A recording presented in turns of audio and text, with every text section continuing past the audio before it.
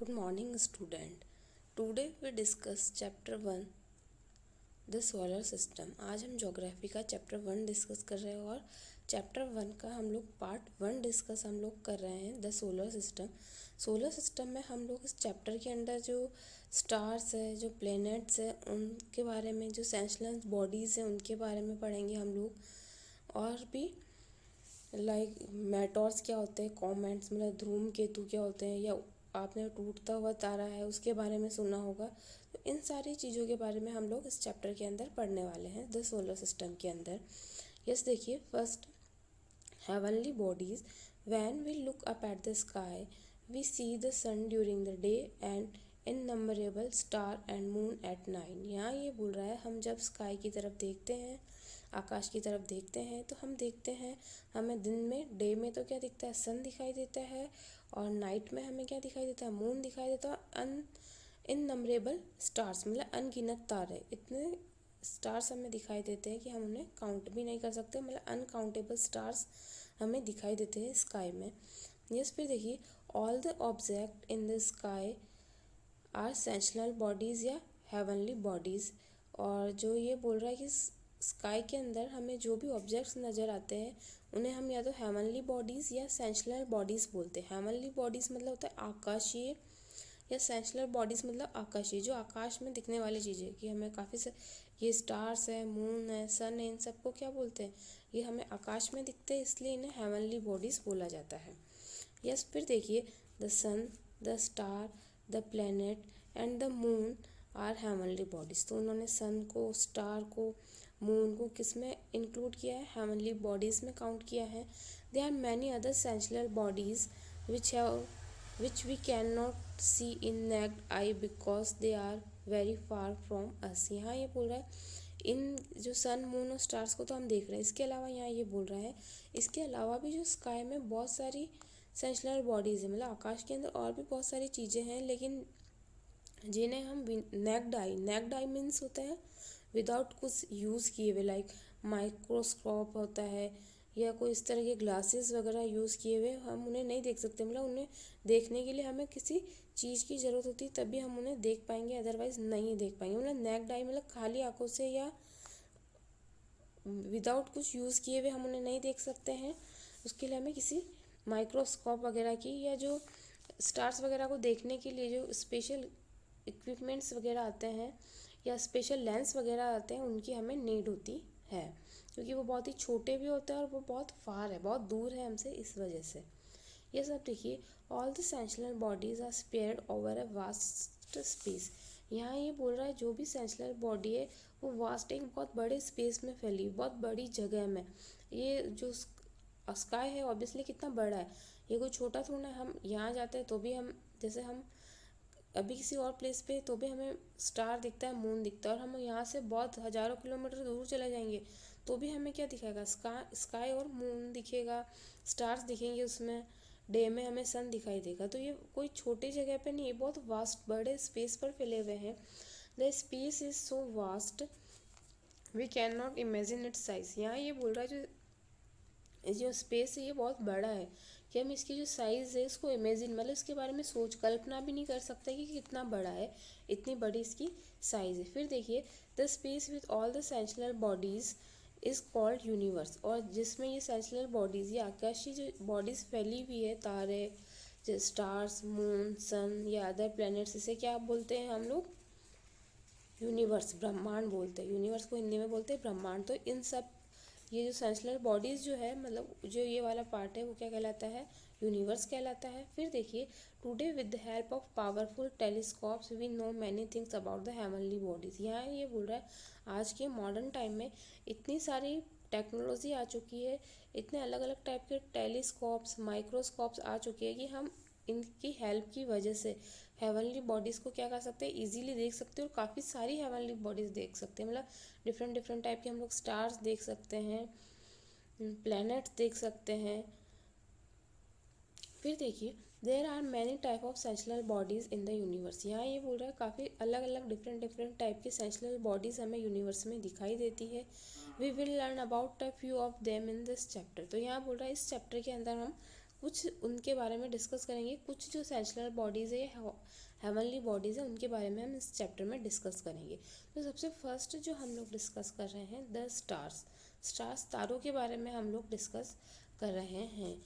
Yes, देखिए, the star that we see at night twinkling in the sky are thing of wonder, and nursery rhyme rightly says twinkle twinkle little star how I wonder what you are। तो यहाँ ये बोल रहा है कि जो stars होते हैं वो ट्विंकल करते हैं, मतलब चमकते हैं, शाइन करते हैं, ये मतलब थोड़ा सा चमक के फिर बंद होते हैं। लाइक हम नाइट के टाइम में देखते हैं ना स्टार्स को चमकते हुए, तो उस चीज़ की ये बात कर रहा है यहाँ पे। Star are celestial bodies that generate their own heat and light in large quantities. यहाँ ये बोल रहा है जो स्टार होती है इसकी खुद की क्या होती है, हीट भी, मतलब इसकी जो ऊर्जा ऊष्मा जो होती है वो भी खुद की होती है, लाइट प्रकाश भी खुद का होता है, मतलब ये अपनी लाइट से ही चमकते हैं। ऐसा नहीं कि ये मून या सन की लाइट लेकर फिर चमक रहे, नहीं, ये खुद की लाइट से ही चमकते हैं।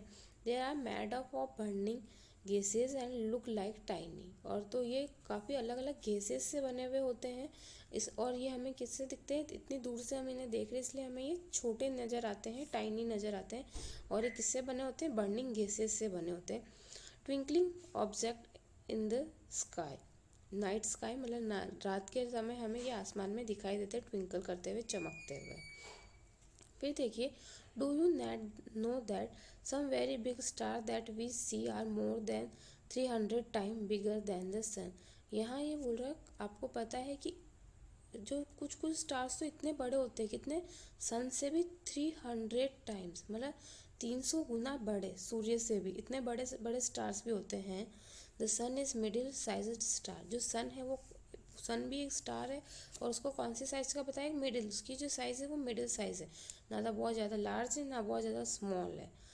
It look big as it nearer to the earth and it only star close to the earth. यहाँ ये बोल रहा है ये हमें बिग दिखाई देता है, सन हमें क्या दिखाई देता है, बिग दिखाई देता है। क्यों, क्योंकि ये अर्थ के नियर में है, इस वजह से हमें क्या दिखाई देता है, सन जो है बिग दिखाई देता है, क्योंकि ये हल्का सा क्या है, अर्थ के पास में है। The other billion of star are so far away that they look like pin point of light and we can not feel their heat and light. यहाँ ये बोल रहे बिलियंस ऑफ स्टार, मतलब लाखों स्टार ऐसे हैं जो क्या है, बहुत बड़े बड़े हैं, उनकी साइज़ काफ़ी बड़ी बड़ी है, लेकिन हम उनकी हीट और लाइट को फील नहीं कर पाते हैं। क्यों, क्योंकि वो हमसे बहुत फार अवे, मतलब वो हमसे काफ़ी दूर है, इसलिए हम उनकी क्या कर पाते हैं, उनकी हीट और लाइट को फील नहीं कर पाते हैं, काफ़ी दूर होने के कारण। अब देखेंगे हम लोग साइज, स्टार की जो साइज़ के बारे में हम लोग यहाँ डिस्कस कर रहे हैं। देखिए, स्टार आर वेरिइंग साइज, मतलब हर, यहाँ ये बोल रहा है स्टार्स की अलग अलग साइज़ होती है, डिफरेंट डिफरेंट साइज़ के क्या होते हैं, स्टार्स, तारे होते हैं। तो यहाँ वो देखिए, the sun is medium sized star, जो सन है मीडियम साइज़ का स्टार है।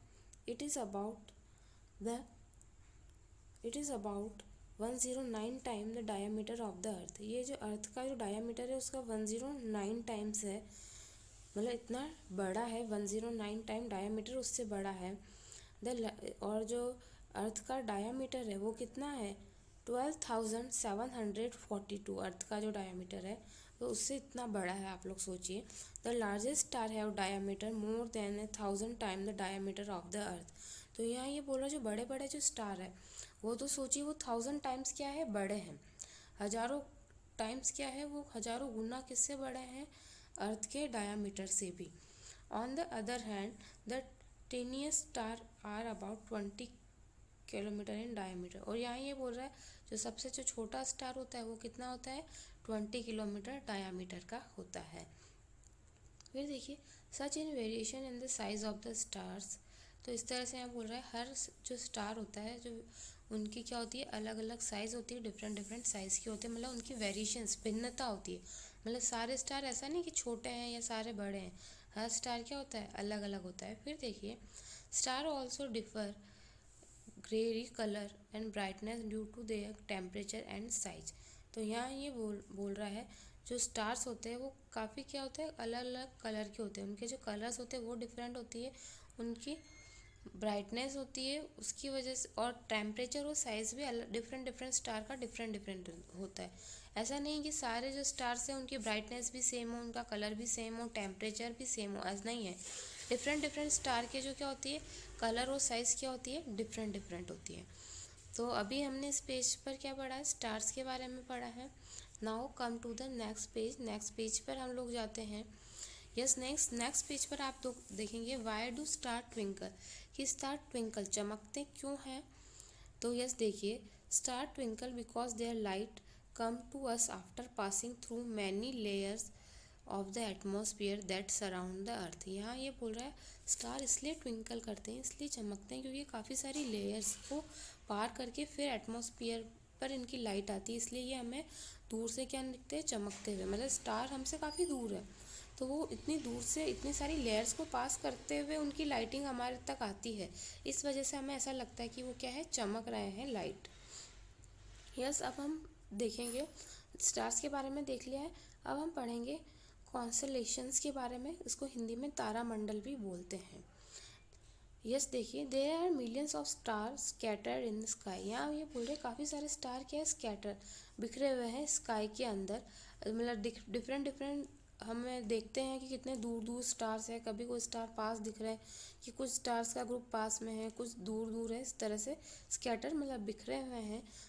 सम of them appear to be in group and from definite pattern. यहाँ बोल रहा है कुछ तो हमें ग्रुप्स में दिखाई देते हैं स्टार्स और कुछ हमें डेफिनेट पैटर्न मतलब अलग अलग पैटर्न्स में हमें दिखाई देते हैं, अलग अलग शेप में, या लाइक बियर का शेप बन रहा है या कोई ऐसे शेप में हमें नज़र आते हैं, या कोई राउंड शेप में नज़र आ रही है, सारे जो स्टार्स है राउंड शेप में, या इस तरह से यहाँ बोलना चाह रहा है डिफरेंट डिफरेंट पैटर्न हमें नज़र आता है उसका। फिर देखिए, this group which can be recognize by shapes they are called constellations. तो यहाँ ये बोल रहा है जिस वो में वो शेप में वो क्या होते हैं रिकॉग्नाइज होते हैं, ये चीज़ कहलाती है कॉन्सलेशन, तारामंडल कहलाती है, मतलब कि ये तारामंडल है। यस, आप लोग देखिए फिर, the great bear which is also called Saptarishi Mandal is one of the constellation visible in the northern sky. यहाँ एक बोल रहा है जो ग्रेट बियर है मतलब उसका जो शेप है वो बियर जैसा है, इस वजह से उसको ऐसा नाम दिया है। उसे सप्तऋषि मंडल मतलब 7 तारों का समूह उसे माना जाता है, इसलिए उसे सप्तऋषि मंडल नाम दिया है। वो सबसे जो नॉर्थ की तरफ, नॉर्थ मतलब उत्तर दिशा में वो विजिबल वो देखने को मिलता है, वो कॉन्सलेशन या वो तारामंडल हमें उस तरफ देखने को मिलता है नॉर्थ साइड में, और उसमें 7 स्टार्स होते हैं। और ये आपको डायग्राम में भी दिख रहा है 7 स्टार्स यहाँ दिखाए हुए, देखिए वो किस तरह का वो एक डिफरेंट शेप बना रहे हैं ये। यस, अब देखिए, the great bear which is also called the Saptarishi Mandal. तो जो ग्रेट बियर है उसे सप्तऋषि मंडल भी बोलते हैं और नॉर्थ स्काई में वो दिखाई देते हैं हम लोगों को। फिर देखिए, the 2 star at the head of this constellation are called pointer as they always point toward the pole star. इसके अलावा ये बता रहा है कि जो कुछ स्टार है जो हमें हेड, इसके हेड की तरफ दिखाई देते हैं, मतलब इस तारामंडल के हेड की तरफ दिखाई देते हैं पॉइंटर की तरह, वो कहलाता है पोल स्टार। क्या कहलाएगा pole star. The pole star is one of the brightest star in the sky. यहाँ ये बोल रहा है जो पोल स्टार जो होता है सबसे चमकीला तारा होता है स्काई के अंदर, सबसे जो ब्राइटेस्ट जो तारा होता है, सबसे चमकीला जो तारा होता है वो कौन सा होता है पोल स्टार होता है। और इसकी हेल्प से हम नॉर्थ डायरेक्शन फाइंड आउट, क्योंकि ये हमेशा नॉर्थ डायरेक्शन में ही होता है, उत्तर दिशा में ही होता है, तो हमें इसकी हेल्प से पता पड़ जाती है कि ये उत्तर दिशा है। तो लाइक पास्ट में लोग इस ध्रुव तारा इसे बोलते हैं पोल स्टार को, इसका यूज़ करते थे क्या डायरेक्शन फाइंड आउट करने में, कि अगर जिस साइड में ये नज़र आएगा पोल स्टार तो उस समय समझ लो कि ये कौन सा डायरेक्शन है नॉर्थ डायरेक्शन है। यस, अब हम लोग पढ़ेंगे द सोलर सिस्टम के बारे में, जो हमारा सोलर सिस्टम है उसके बारे में। सोलर सिस्टम देखिए, sol is a Latin word. Sol क्या है, एक लैटिन वर्ड है, इट मीन्स द सन। इसका जो मतलब होता है क्या होता है सन होता है। Yes, solar means being connected to the star to the sun in some way or other. और सोलर का मीन्स होता है सूर्य से कनेक्टेड, सूर्य से जुड़े हुए। सोल मीन्स तो हो गया सूर्य, और सन यहाँ जो, और सोलर मीन्स यहाँ बता दिया जो सूर्य से कनेक्टेड है। यस देखिए, the solar system consist of the sun at the centre the 8 planet that revolve around the sun. तो जो सोलर सिस्टम है उसमें ऐसा माना गया है कि जो सन है वो मिड में है, मतलब हमारा जो सन सूरज जो है वो मिड में है, और उसके जो जो प्लैनेट्स है, जो अलग अलग ग्रह, प्लैनेट्स मतलब ग्रह हैं, वो उसके रिवॉल्व अराउंड द सन, मतलब वो सूर्य के चारों तरफ क्या लगाते हैं, चक्कर लगाते हैं, राउंड लगाते हैं सूर्य के चारों तरफ। And the satellite that revolve around the planets, और इसके अलावा जो सैटेलाइट्स होती है, सैटेलाइट्स को हिंदी में बोलते हैं उपग्रह होते हैं, वो किसकी ओर चक्कर लगाते हैं, चारों ओर प्लैनेट के चारों ओर चक्कर लगाते हैं। इस तरह से यहाँ बताया हुआ है कि जो प्लैनेट्स तो किसके चारों ओर चक्कर लगाएंगे, सूर्य के, और प्लैनेट्स के चारों ओर जो चक्कर लगाता है वो होते हैं सैटेलाइट्स।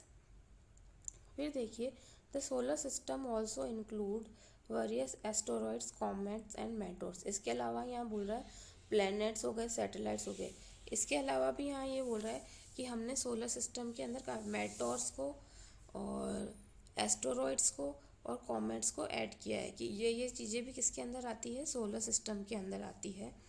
तो ये एस्टेरॉइड, मेटोर्स, कॉमेट्स, इनके बारे में डिस्क्रिप्शन में हम आगे पढ़ेंगे। यस, फिर देखिए hence solar system can be defined as the solar together with 8 planet and all other celestial bodies that are bound by its gravity.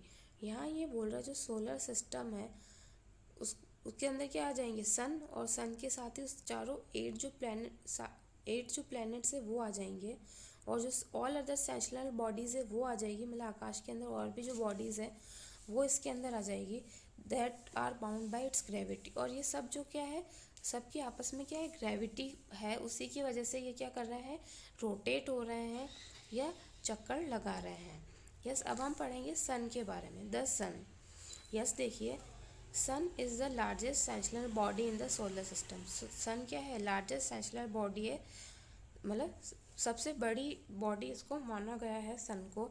फिर देखिए and it is located at the centre of it, और ये कहाँ पर है, centre में। सन जो है मतलब चारों जो सारे जो 8 जो प्लैनेट है वो उसके क्या लगाते हैं, चारों ओर चक्कर लगाते हैं, तो ये जो है मिड में है।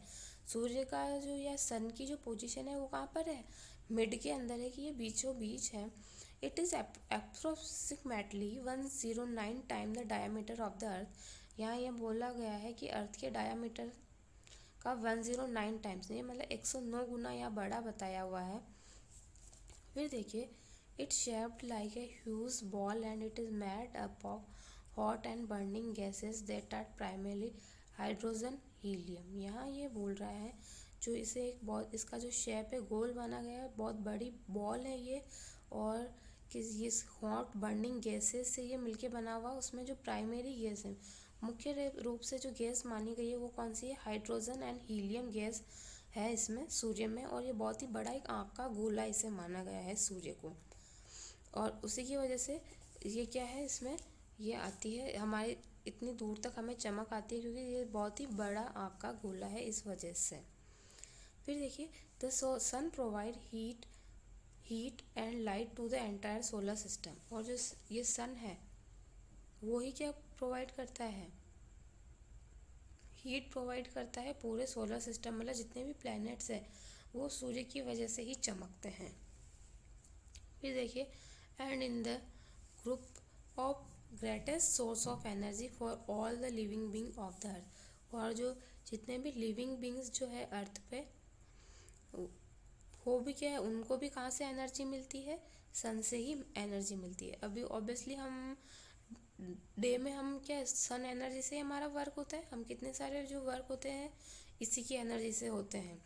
यस, फिर देखिए however the distance between the sun and the earth approximately 150 million kilometre. यहाँ ये बोल रहा है जो सन और अर्थ के बीच में जो डिस्टेंस, जो दूरी बताई है 150 मिलियन किलोमीटर बताई गई, मतलब 150 मिलियन किलोमीटर दूरी है सन और अर्थ के बीच में। मतलब हम जो सन से ना ज़्यादा दूर है ना ज़्यादा पास है, मिड में हमारी पोजीशन है, अर्थ की पोजीशन जो है। यस, फिर आप लोग देखेंगे the sun's gravitational pull does not allow the planet, satellite and other celestial bodies to fly away but keep them revolving around its fixed orbits। Orbit मतलब होता है एक लाइनिंग जैसी बनी हुई है, जैसे आप नेक्स्ट पेज पर डायग्राम में देखेंगे तो एक वो से हिंदी में बोलते हैं कक्ष या कक्षक बोलते हैं ऑर्बिट को, कि जो इस सब जो प्लैनेट्स हैं उनकी एक फिक्स ऑर्बिट बनी हुई, उसी में वो चक्कर लगाते हैं सूर्य के चारों ओर। और यहाँ ये बोलना चाह रहा है कि जो सूर्य की जो सन की जो ग्रेविटेशनल जो पुल है उसी की वजह से ये जो प्लैनेट्स है या जो सैटेलाइट्स है ये क्या करती है, चारों ओर चक्कर लगा पा रही है और ये कहीं फ्लाई अवे मतलब उड़ नहीं पा रही है, कहीं दूर नहीं हो पा रही है, और ये उस ग्रेविटेशनल पुल की वजह से क्या करती रहती है, सूर्य के चारों ओर चक्कर लगाती रहती है। यस, अब हम जो पढ़ेंगे द प्लैनेट्स के बारे में हम लोग पढ़ेंगे। The word planet come from a Greek word planetai which means wandered are celestial bodies that revolve around the sun in elliptical fixed path called orbit। यहाँ ये बोल रहा है कि जो प्लैनेट को हिंदी में बोलते हैं ग्रह है। जो वर्ड प्लैनेट है वो कहाँ से है, ग्रीक वर्ड है प्लैनेटी, उसका मतलब होता है वैंडर मतलब घुमक्कड़, एक जगह नहीं रुकना मतलब घूमते रहते हैं वो। They are celestial bodies that revolve, ये जो सारी सेंसुलर बॉडीज है ये क्या करती है, सूर्य के चारों ओर चक्कर लगाती है। The sun in elliptical fixed path called orbit, और ये जो फिक्स पाथ है, एप्लिटिकल मतलब ओवल शेप, ये जो ऑर्बिट जो बना हुआ है इसका जो शेप है ये कौन सा है, ऑल शेप का है, अंडाकार शेप का है, जिसके चारों ओर ये क्या लगा, सूर्य के चारों ओर जो चक्कर लगाती है ना ये प्लैनेट्स, तो ऑल शेप अंडाकार शेप में लगाती है। और इसका जो पाथ मतलब जिनका जो रास्ता है वो फिक्स्ड होता है, उसे ऑर्बिट बोलते हैं। फिर देखिए planet are spherical in shape, इनका जो शेप होता है प्लैनेट्स का वो स्पेरिकल होता है। दे हैव नो हीट और light of their own but they are reflect the light of the sun. और ये जो प्लैनेट है यहाँ ये बोल रहा है जो स्पेरिकल शेप इनका बताया, उनकी खुद की कोई लाइट या हीट नहीं होती है, ये क्या करते हैं, सूर्य की लाइट की वजह से ही इनका प्रकाश हमें दिखाई देता है। यस, फिर हम लोग जो देखेंगे द लाइट ऑफ द सन की लाइट के बारे में हम लोग देखेंगे कि ये जो सारी जो बॉडीज़ है सेंसुलर बॉडीज़ वो सूर्य के प्रकाश की वजह से चमकती है। फिर देखिए all planet revolve around the sun as well as rotate on their axis. यहाँ ये बोल रहा है कि जो प्लैनेट्स है वो सूर्य के तो चारों ओर चक्कर लगाते ही है, बट इसके साथ साथ वो क्या करते हैं, खुद की जगह पर भी घूमते रहते हैं, कि वो सूर्य के भी चारों ओर चक्कर लगा रहे हो, साथ ही जो खुद की जो जगह है वहाँ पर भी वो लोग क्या कर रहे हैं, रोटेट हो रहे हैं। ऐसा नहीं कि वो सिर्फ सूर्य के चारों ओर, अपनी खुद की प्लेस पर भी वो रोटेट होते रहते हैं।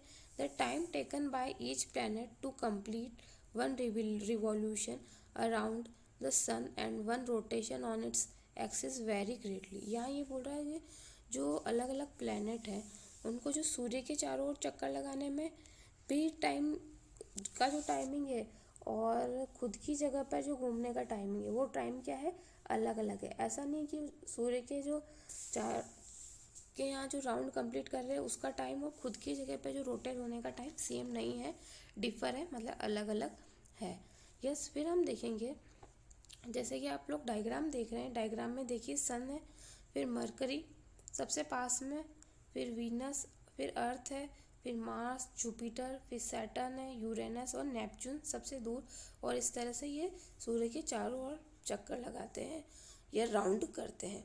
अब आपको देखिए ये वाइट कलर की लाइनिंग दिखी है, तो ये ऑर्बिट है, ये इनका जो फिक्स्ड पाथ है इसी के अंदर ये क्या करते हैं, चक्कर ये लोग लगाते हैं। जो प्लैनेट्स हैं वो सूर्य के चारों ओर चक्कर लगाते हैं और अपने फिक्स उस पर भी रोटेट होते रहते हैं। ये सब देखिए in order of their relative position away from the sun the 8 planet are Mercury, Venus, Earth, Mars, Jupiter, Saturn, Uranus and Neptune. यहाँ बोल रहा है कि इन रिलेटिव पोजीशन की वजह से इन 8 प्लैनेट्स का इन्होंने यहाँ सीरीज बताया है कि मरकरी, उसके बाद वीनस के बाद Earth, Mars, Jupiter, Saturn, Uranus and Neptune. Jupiter is the largest planet, यहाँ पर ये बताया है जो जुपिटर है वो सबसे लार्जेस्ट प्लैनेट, सबसे बड़ा प्लैनेट अगर पूछे तो जुपिटर है। Its volume is 1300 times of the अर्थ। इसकी जो वॉल्यूम है वो कितनी है, कितना 1300 गुना ये क्या है, अर्थ से बड़ा है। और mercury is the smallest planet, और सबसे जो छोटा प्लैनेट है वो कौन सा है, मरकरी है। तो सबसे बड़ा प्लैनेट जुपिटर, सबसे छोटा प्लैनेट मरकरी है। यस, फिर नेक्स्ट पैराग्राफ में देखिए till a few years ago, Pluto was acknowledged as a ninth and the smallest planet in the solar system. क्या बोल रहे हैं, कुछ सालों पहले प्लूटो एक नौवा या नाइन्थ नंबर का प्लैनेट फाइंड आउट किया गया था सोलर सिस्टम के अंदर. अभी 8 प्लैनेट ही हम डिस्कस कर रहे हैं. थोड़े टाइम पहले 9th प्लैनेट फाइंड आउट किया था, लेकिन अभी उसे काउंट नहीं करते हैं इसको, प्लूटो को. However, in August 2006, a meeting of International Astronomical Union took place in which it was decided that Pluto, along with other celestial bodies like Ceres and Iris, would henceforth be categorized as a dwarf planet. यहाँ ये बोल रहा है कि 2000 अगस्त 2006 में क्या हुई थी, मीटिंग हुई थी. तो उसमें जो इंटरनेशनल लेवल की मीटिंग थी, किसकी मीटिंग थी ये, एस्ट्रोनॉमिकल यूनियन, मतलब जो इनके बारे में स्टडी करते हैं स्काई के बारे में, स्टार्स के बारे में, इनका एक बहुत बड़ा ऑर्गेनाइजेशन बना हुआ है, इनकी एक यूनियन बनी हुई है. तो उन्होंने ये डिसाइड किया है कि अब वो प्लूटो है उसे प्लैनेट में नहीं काउंट करके अदर सेंसुलर बॉडीज़ में काउंट करेंगे, लाइक जैसे सीरीज एंड आइरिस. ये क्या है, ये भी छोटे छोटे क्या है, ड्रॉफ मतलब बौने प्लैनेट है या बहुत छोटे प्लैनेट है, बहुत ही सूक्ष्म, क्योंकि इनको देखना बहुत ही मुश्किल है. मतलब स्पेशल जो माइक्रोसॉफ्ट वगैरह इनकी हेल्प से ही देख सकते हैं सीरीज और आइरिस. तो उन्हीं की कैटेगरी में प्लूटो जो प्लैनेट है उसको भी डाल दिया गया था. ड्रॉप मतलब होता है बोलना. यस, अब फाइंड आउट में देखिए, which planet known as a morning star and evening star. किसे मॉर्निंग स्टार और इवनिंग स्टार के नाम से जाना था, वीनस. वीनस जो प्लैनेट है उसे मॉर्निंग स्टार और इवनिंग स्टार के नाम से जाना जाता है. यस, अब देखिए आर अर्थ हमारी पृथ्वी के बारे में एक यूनिक प्लैनेट. ये क्या है, यूनिक प्लैनेट है. क्यों, क्योंकि यहाँ पे एटमॉस्फियर है, वाटर है, और इसी की वजह से लाइफ क्या कर पा रही है, एग्जिस्ट कर पा रही है. ह्यूमन बींग एग्जिस्ट कर पा रहे हैं. यहाँ पर प्लांट है, एनिमल है, इसीलिए इसे यूनिक प्लैनेट बोलते हैं. The earth is the 5th largest planet in solar system. Earth जो है 5th नंबर का लार्जेस्ट प्लैनेट है अर्थ में, इसकी जो साइज में. It is also 3rd nearest planet to the sun. और ये जो अगर इसको सन के डिस्टेंस से मतलब पास से देखा जाए तो तीसरे नंबर पे सन से पास है, मतलब 3rd नंबर पर ये सन के पास है. 1st नंबर पर मरकरी है, 2nd है वीनस और 3rd है Earth. Due to the technological advancement it has become possible to see the earth and take its photograph from space. यहाँ ये बोल रहा है टेक्नोलॉजी आने की वजह से आज क्या है, हम जो अर्थ के फोटोग्राफ कहाँ से ले सक रहे हैं, स्पेस, अंतरिक्ष से भी हम अर्थ के फोटोग्राफ ले सकते हैं और बताते हैं कि अर्थ किस तरह से दिखता है. जो ये अर्थ का जो हम पिक्चर अभी हम देख रहे हैं बुक के अंदर, ये स्पेस से लिया गया है, अंतरिक्ष से. The earth is flattened at the pole and bulging at the equator. जो अर्थ है वो जो पोल है वहाँ से तो क्या है, फ्लैट है, और ब्लगिंग मतलब उभरी हुई इक्वेटर. अर्थ के जो मिड में से इक्वेटर निकलती, इक्वेटर लाइन, वो क्या है, ब्लगिंग मतलब उभरी हुई है. Hence it shape was describe as a geoid. इसलिए इसका जो शेप है जियोइड, मतलब पूरा ना तो इसका राउंड शेप है, थोड़ा सा क्या है उभरा हुआ है, इसलिए इसे क्या बोलते हैं, जियोइड शेप भी बोलते हैं. यस, फिर अब हम देखेंगे यहाँ पर जो कुछ यूनिक क्या देखेंगे हम लोग, फीचर्स देखेंगे अर्थ के. यस, देखिए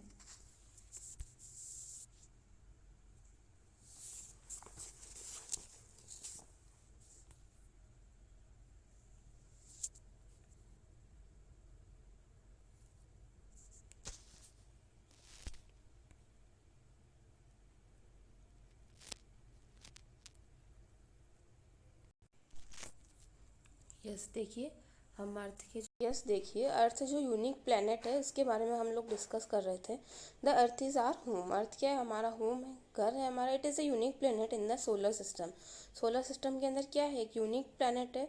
क्यों है, क्योंकि वह लाइफ इज़ पॉसिबल. सिर्फ अर्थ 8 जो प्लैनेट्स हैं उसमें से सिर्फ अर्थ ही ऐसा प्लैनेट है जिस पर क्या है, लाइफ पॉसिबल है. This is because of the following reasons. उसके कुछ कारण यहाँ दिए हुए हैं, देखिए. फर्स्ट है डिस्टेंस फ्रॉम द सन. सन से प्रॉपर डिस्टेंस होने के कारण जो हम अर्थ की जो पोजीशन है सन से वो क्या है, 3rd नंबर पे होने के कारण यहाँ ना ज़्यादा कोल्ड है ना ज़्यादा हॉट है. इस वजह से यहाँ पर क्या है, फेवरेबल कंडीशन होने की वजह से, फेवरेबल डिस्टेंस होने की वजह से यहाँ पर क्या है, लाइफ पॉसिबल है. सेकंड देखिए presence of oxygen. Earth is surround by a layer of atmosphere containing about 21% oxygen. यहाँ पर क्या है, एटमॉस्फेयर है, उसमें 21% ऑक्सीजन है। इसी वजह से यहाँ पर लाइफ पॉसिबल है, क्योंकि ह्यूमन बींग को सांस लेने के लिए किसकी नीड होती है, ऑक्सीजन की, जो कि यहाँ अवेलेबल है। थर्ड देखिए, presence of the atmosphere. Atmosphere presence, atmosphere act as a blanket, एक ब्लैंकेट की तरह इसने कवर कर रखा है। तो इससे जो हार्मफुल अल्ट्रा वायलेट रेजेस जो है सन से, वो सन की अर्थ की सरफेस पे नहीं आ पाती, इसलिए ना तो हमारा जो टेम्परेचर है एक्सट्रीम हो पाता है फ्रॉम रीचिंग द अर्थ, तो जो टेम्परेचर है वो ज़्यादा नहीं हो पाता है, इसलिए फेवरेबल कंडीशन है। The earth's atmosphere has necessary gases like oxygen, carbon dioxide, nitrogen ETC। इसके अलावा यहाँ जो अदर जो गैसेस की नीड है, वो ऑक्सीजन अवेलेबल है, CO2 अवेलेबल है, नाइट्रोजन अवेलेबल है लाइफ के सपोर्ट के लिए, प्लांट के लिए, कार्बन डाइऑक्साइड चाहिए, ह्यूमन बींग के लिए चाहिए ऑक्सीजन। तो ये गैसेस प्रेजेंट होने के कारण यहाँ पर लाइफ पॉसिबल है। फोर्थ देखिए, presence of water. Water presence होने के कारण the earth is the only planet in the solar system in which water is found. Solar system में अर्थ ही वो प्लेनेट है जहाँ पर क्या है, वाटर मिला है, पानी मिला है, which is found in liquid, solid and gaseous form. और जो वाटर है वो तीनों फॉर्म्स में अवेलेबल है, गैस फॉर्म में भी अवेलेबल है, लिक्विड फॉर्म वाटर की फॉर्म में, और सॉलिड फॉर्म आइस की फॉर्म में अवेलेबल है। गैसेस जब वेपर भाप बन के जो ऊपर उठता है, तो तीनों फॉर्म्स में अवेलेबल है। इट हैज़ एब्डियंस ऑफ वाटर, एब्डियंस मतलब प्रचुर मात्रा में। यहाँ पर जो पानी है, वाटर जो है प्रचुर मात्रा में अवेलेबल है। Animal and plant need water to live. Animals को या प्लांट्स हो चाहे ह्यूमन बींग कोई भी, उसको जिंदा रहने के लिए किसकी नीड होती है, पानी की नीड होती है, वो अवेलेबल है। About 70% of the earth surface is covered with water. जो टोटल सरफेस है उसमें, अर्थ का जो टोटल सरफेस में से 71% किससे कवर है, वाटर से कवर है, पानी से कवर है। फिर देखिए, therefore astronaut who C the earth from the space the earth appear blue in colour. तो एस्ट्रोनॉट बोलते हैं कि जब हम स्पेस से अर्थ को देखते हैं तो वो ब्लू कलर की दिखाई देती है। क्यों? क्योंकि ज़्यादा पानी होने के कारण, एब्डियंस वाटर होने के कारण, ये स्पेस से कैसे कलर का नज़र आता है, ब्लू कलर का। The earth appear blue in colour, that is why the earth is also called blue planet. इसलिए अर्थ को कौन सा प्लैनेट, ब्लू प्लैनेट भी बोलते हैं। It support life by providing all the necessities of life. एक life के लिए जो भी नेसेसरी, लाइक वाटर है या गैसेज है या प्रॉपर टेम्परेचर है, जो भी एक जीवन जीने के लिए चीज़ों की ज़रूरत होती है, वो कहाँ पर अवेलेबल है, अर्थ पे अवेलेबल है। इसीलिए ये क्या है, एक सूटेबल है रहने के लिए अर्थ। अब आप अर्थ का डायग्राम देख रहे हैं, 71% वहाँ पर वाटर है। अर्थ इज़ द फेवरेबल डिस्टेंस, इसका जो सन से डिस्टेंस है वो फेवरेबल है, ना इधर, इसलिए ना ज़्यादा गर्म होता है ना ज़्यादा ठंडा होता है यहाँ। यस, अब आप लोगों के जो पार्ट 1 जो है वो कंप्लीट हो चुका है। पार्ट 2 हम लोग नेक्स्ट वीडियो में हम लोग डिस्कस करेंगे। Okay, thank you, have a good day.